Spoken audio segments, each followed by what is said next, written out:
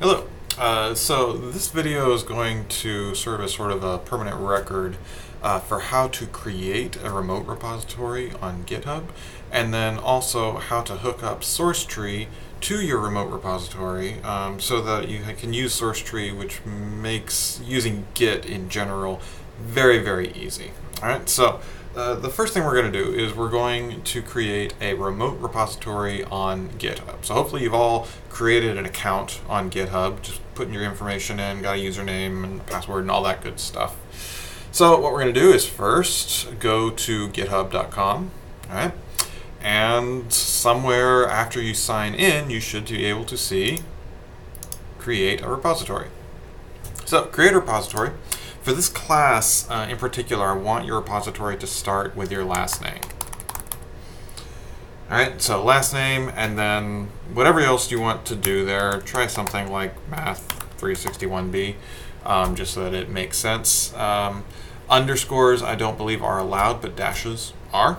All right, spaces are definitely not allowed. Please make sure to put a decent description in there, something like this is the remote repository for Dr. Collins's Math 361B course. All right, just something to describe what it is.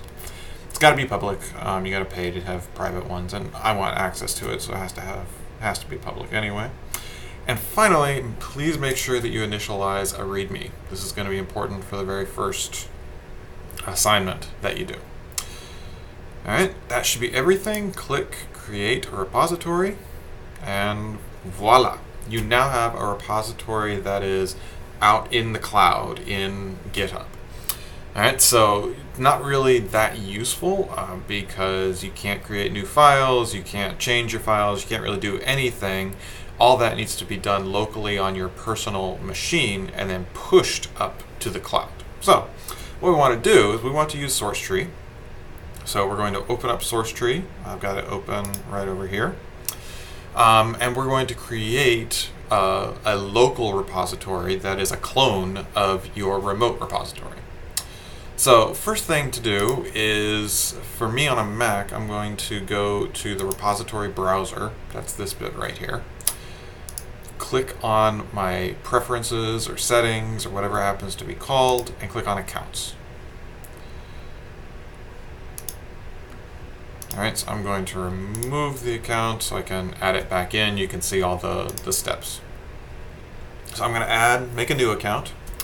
The host is going to be GitHub. The auth type, just make it basic. This is going to make our lives considerably easier. And so now all you have to do is put in your username and your password for your GitHub.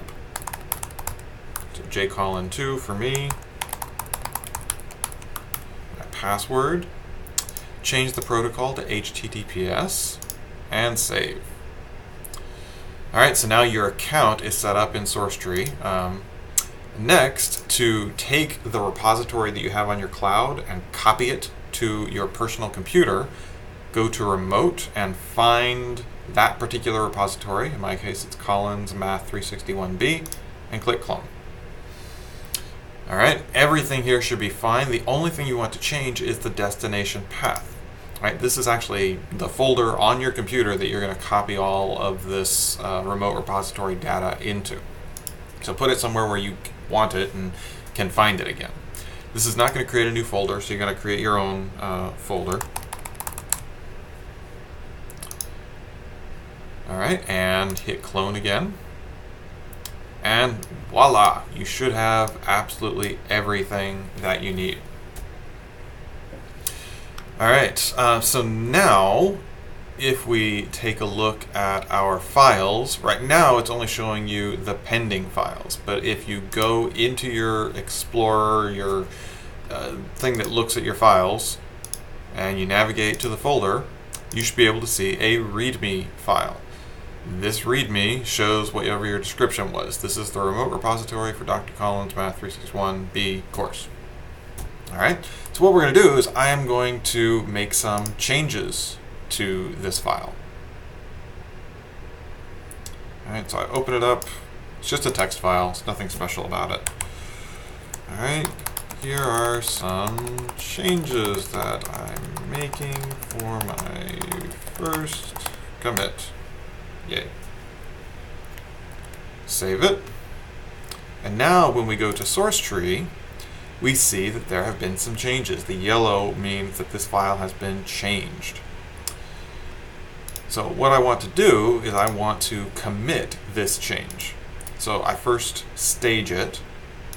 Then every commit that you make, every save that you do can have a message associated with it. So I'm just going to call this first commit. Now I click commit. And now when I go here, I can see that originally I had my initial commit. That's the first creation of this repository. And then I made a change and I saved it. I committed it. And here's my second commit. All right, so if you look at these labels, it takes a little while to really get the handle of it. But this master right here, that's your local repository. So your local repository is currently at this first commit save.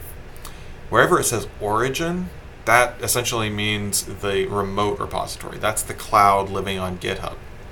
And the origin, the cloud, its save is back here.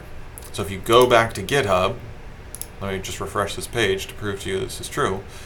All right, and I look at the README file, it hasn't got the change in it. All right, it's the original README file. So what I need to do is I need to take these changes that I've made on my personal computer and push those changes up to the remote repository so that somebody else that wants to see the new work that I've done, they can look at my remote repository and see the latest work that I have done there. So I click the push button. All right, everything should be set up perfectly. Hit OK. All right, for me, I have to